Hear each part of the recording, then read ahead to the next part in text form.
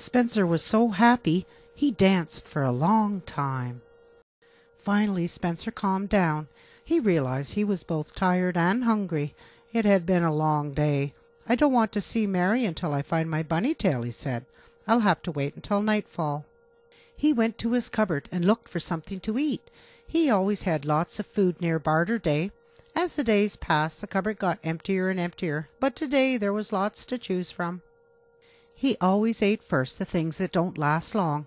He put food on a plate and went to the fireplace. He was sure the kettle must be still hot, because a cup of tea would be great right now. He sat on his bench and ate his food and drank his tea. His eyes were getting heavier and heavier. He'd had such an adventurous day, he thought, but time for a little shut-eye. That reminded him that he needed a larger bed. He'd kind of outgrown the one he had. Monsters have this strange ability to sleep for short periods and be awake for days. You see, in their realm the sun does not come up and go down to remind them when to sleep, and after centuries of portaling into many different time zones, they never developed a time zone of their own. So Spencer slept. He awoke feeling quite refreshed. He decided it must be night time at Mary's, so it was time to go. He wanted to make sure he would not be interrupted halfway through changing into Pink Spencer, so he checked the hall to make sure all was quiet. Not a sound anywhere. He retrieved all his things from their hiding place and proceeded to change into Pink Spencer. He removed his horns. He put in the phony teeth. The contact lens went in without a hitch this time. "When you're good, he said, beaming. This time he put a towel over his shirt. He had to. It was his only clean shirt, and the others were not dry yet. Finally, ready to go search for his bunny tail. He passed through the portal. He was right. It was night time. No sign of the bunny tail under the bed. It smelled like lemon, so he knew Mary's mum had cleaned recently. He crawled out from under the bed. He peeked down the hall. Blasted stairs, he mumbled, and made his way to the bottom. He checked the kitchen. "Nothing," he whispered. He tried to remember where all he had gone his last visit.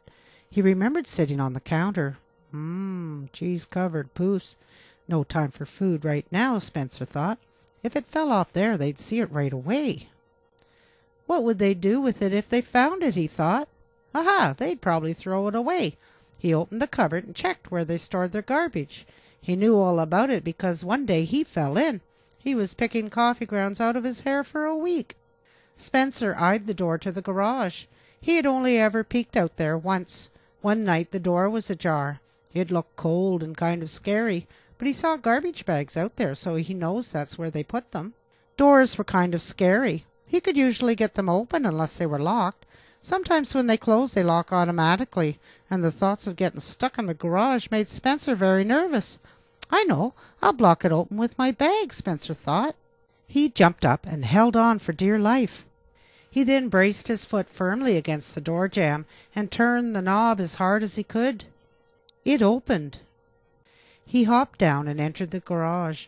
He used his bag to keep the door open. He dragged the heavy bag closer to the door so he could see better, and he also felt safer there. He untied it and started to sift through the garbage in search of his tail. He pulled the contents out of the bag until it was empty. "Whoa, what a stinky job," he grimaced. He put it all back when he was done and did the same with the second bag. Still no tail. He was just about to start putting the garbage back in the bag when all of a sudden he noticed a shadow in the doorway. He panicked and faded. "Would you look at this mess?" Mary's mum exclaimed. He hadn't faded fast enough because Mary's mum saw him. "Monster, is that you?" she asked nervously. He reappeared. "Yes," he said timidly. "Don't worry, I'm going to clean it up," he assured her. "What are you looking for?" she asked. "Oh, my bunny tail, of course," he said. "Oh," she responded, "I have it." Spencer smiled excitedly. "May I have it, please?" he asked. She went to get it, and when she came back, Spencer had almost all the garbage back in the bag. She leaned down and helped him finish the job. "You smell like garbage," she said. "Yeah, pretty stinky, huh?" Spencer replied. "I don't have any clothes that would fit you, but I could help you with the bath," Mary's mom offered. No, Spencer said in a panic. How could I explain becoming green after a bath? Spencer thought. I mean, I'd rather wait until I'm home, he said. You're still green, aren't you? Mary's mom asked. He looked at her amazed. How do you know?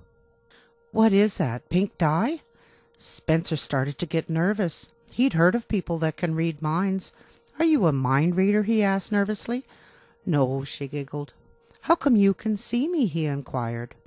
I saw one of your people at my great-aunt's house when I was very small.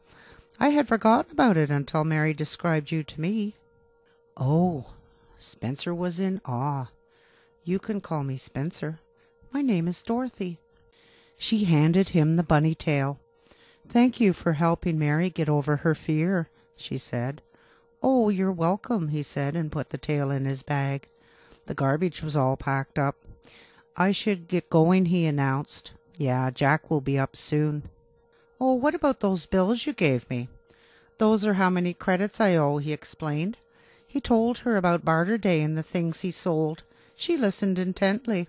What if I made you some cookies to sell? She asked. Then you could leave poor Jack's work socks alone for a while, she giggled. He thinks I do it on purpose. Okay, Spencer agreed, giggling.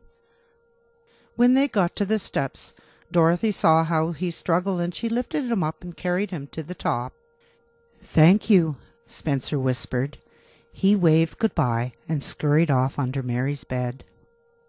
Now he could get ready to go visit Mary, but that's another story.